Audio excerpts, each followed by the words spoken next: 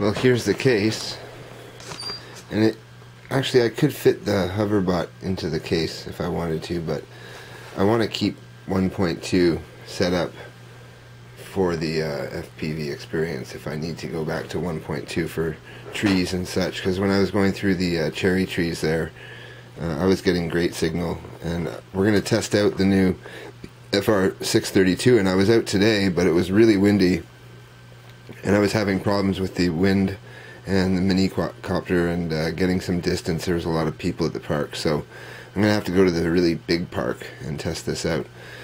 But as you can see, I have this patch that I made here.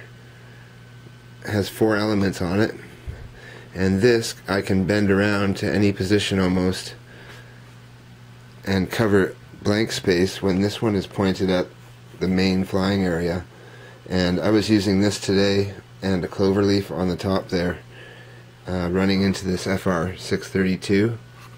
It's a diversity receiver with 32 channels, and I was getting crystal clear picture, not blurry like the 1.3, because the 1.3 will be a lot lower resolution. It's definitely noticeable, and I remember how crisp 5.8 was, and I have quite a few 5.8 transmitters here, but just having the diversity in one box is a real bonus, and it's a really nice slick brushed aluminum painted black, anodized black case. I always do this even though it's ugly. I put glue stick around my connections so my power and my connections for the video out are always solid. They won't shift. And I was sort of disappointed with the T58500 here.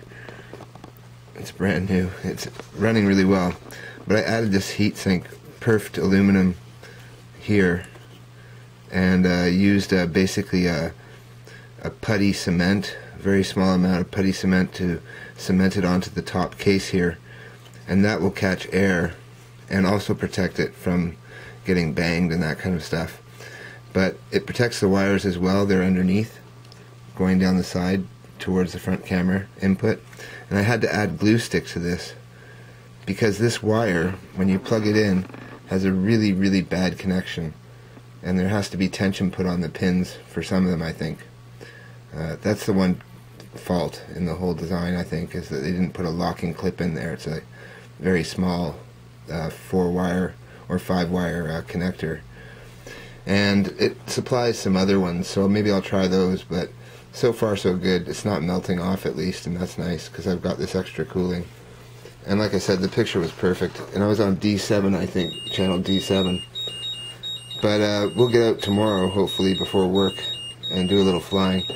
This is the box that the receiver comes in here, and it does have a scan feature as well as outputs for each antenna, so that you could test the output, compare it on your monitor with your goggles, see which antenna is better at distance.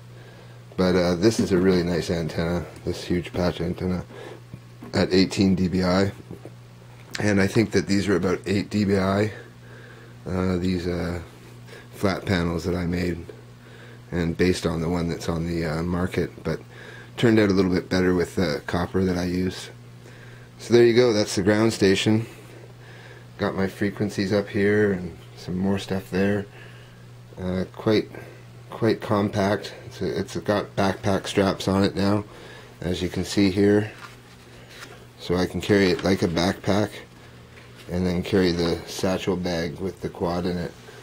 So have a good weekend, guys. Talk to you later.